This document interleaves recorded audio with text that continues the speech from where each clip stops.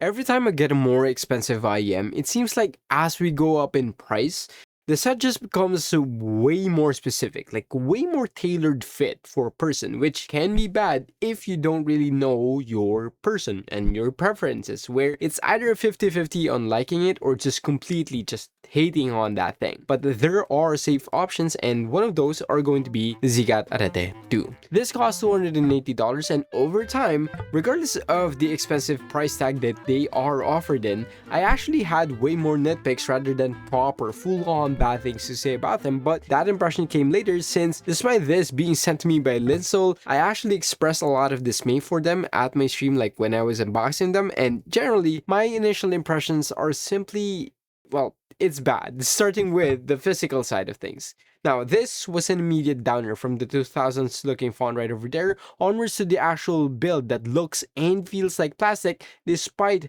being made of aluminum. Then to top it off, because of how the faceplate right over there is made, this center part sticks out, and if you now want to put them in the case each and every time after use, then they will fade in no time because of scratches, where it may also oxidize due to humidity if you don't store them with silica balls, being that they're made of metal. However, credit to where it's due, regardless of how thick the housing are on these things, and also how short the nozzles are, not only can I wear this thing for hours on end, which is good since they are made for gaming, but wearing these with a helmet also doesn't feel uncomfortable, which is quite rare given the size. But then we look at the accessory side, where you get a very cheap looking and feeling cable that, although has no cable noise when walking, plus is also modular with 3 and 4.4 millimeters for like the termination options, they immediately had problems with my pair with like static and disconnections after about a week of using them. And there's also going to be a great case that looks and feels good, but it's honestly way too big to even consider, especially if you commute a lot. As for the ear tips, the included foam ear tips are basically waste, and you do get replacement filters here,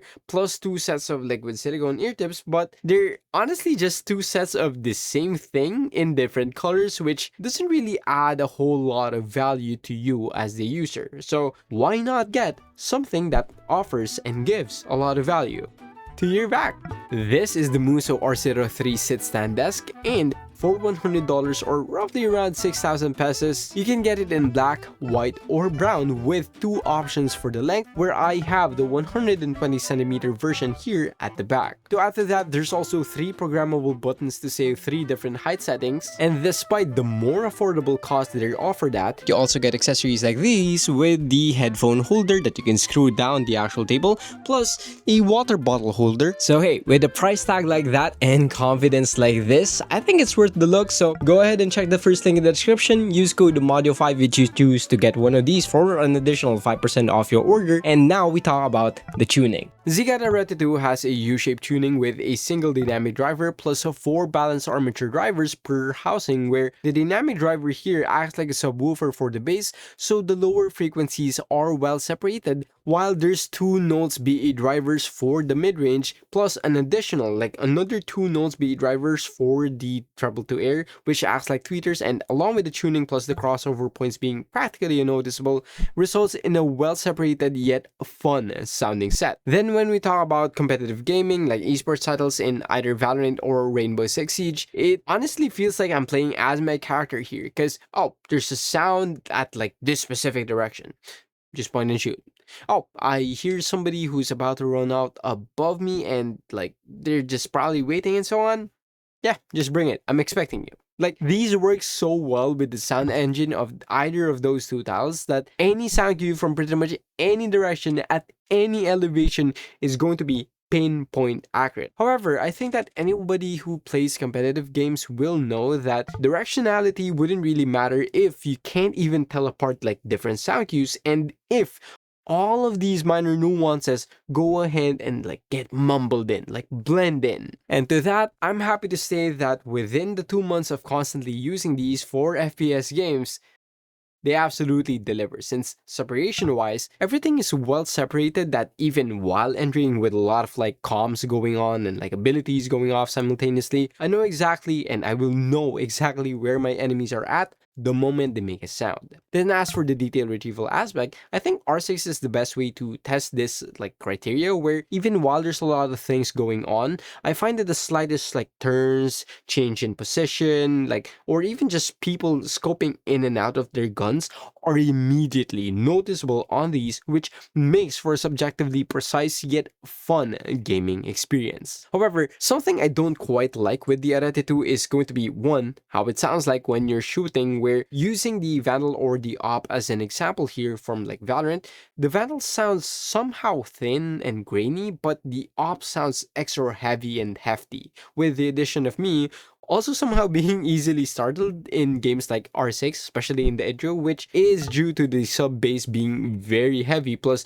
the air regions also being well extended. Then another issue I didn't quite like here comes from the immersion and the sense of distance aspect, because although I think that they are the best IEMs for FPS, they're also probably one of the worst ones for story games, as soundstage here feels up close and personal, which is great for FPS games to like help you turn quickly the moment you hear somebody anywhere, but they don't really sell the vast and like open feel for open world games and solo player games like The Legend of Zelda as an example, where if I'm buying an IEM solely for FPS plus specifically Rainbow Six Siege, this is unbeatable in all honesty. But if I wanted a wider sense of distance that still sounds precise for FPS games, then I would personally go for the Kiwi Ears Astrals. Then if I'm like choosing one for gaming, editing, monitoring, maybe even music with EQ and like an impedance adapter, I'd choose the Dunu 242.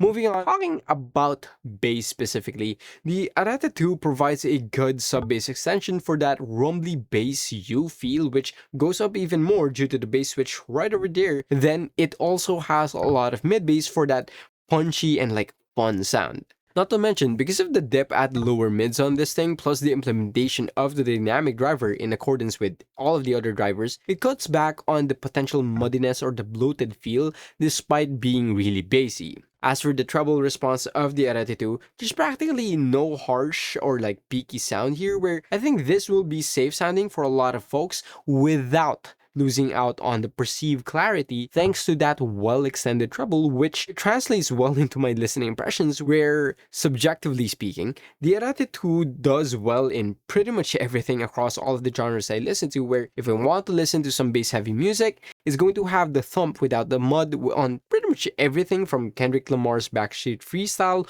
all the way to orchestra pieces like Hans Zimmer's Flight, for example. As for the mid-range, I find that male vocals still sound deep and warm, but it's never too warm, unlike say the reference for example, yet it never really lacks that full feeling body, unlike say something like the 242. As for female vocals, although I'm looking for a bit more emphasis here and there and like more of that goosebumps inducing highs, similar to what I've gotten with the Kiwi Ears Astrals, I have to acknowledge how S's and P's aren't even remotely close to being painful. Like, vocals here are going to be smack dab at the middle, where I find nitpicks here more than any real faults, but there's also no special things about them, where the mids, at least with the Triclarion and the final E-tips, are neither really good or bad. It's mostly just right. As for the treble to air, this is where I find this thing to be extremely safe for pretty much my entire playlist, as I get a lot of that naturality in terms of tonality and detail without being irritating or peaky in songs, unlike say like the Sensitive Pros, but I'm just always looking for a bit more of that shine and shimmer here and there, as I like that extra perceived details that come with more forward high end. And then when I compare these to IEMs within the same price bracket, I would have to say that despite the Arete 2 feeling way more complete, at least when compared to the CA Audio Hype 4 with the similar performance but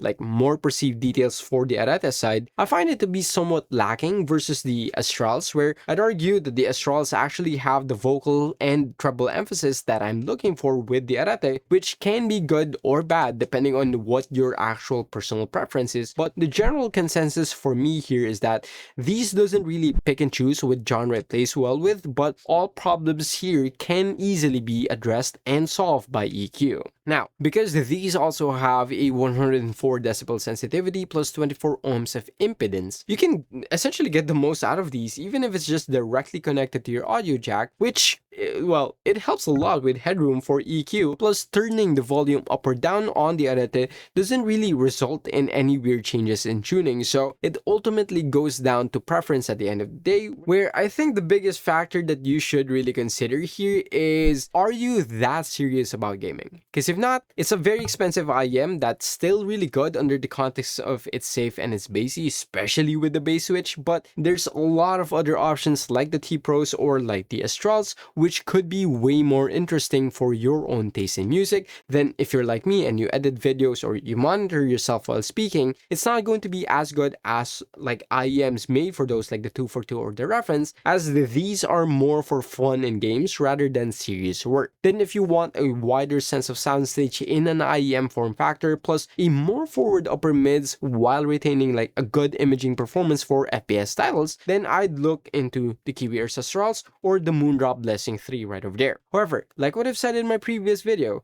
if you just want the most precise sounding IEM specifically made for competitive gaming, it's also going to be musical and it's also going to be really fun sounding and somehow also comfortable for someone with smaller ears, then the Arete 2 is what you should go for, because with a performance like that, I rate these at an A- tier while also being my benchmark IEM for FPS games. As always, thanks to all of the members right over there at the Penguin tier. Then, special thanks to Dochi plus HumbleShore1411 for being in the train team for like a couple of months now. Now, if you want to know about my picks for gaming IEMs under specific different like price brackets, then go ahead and click here to watch that video.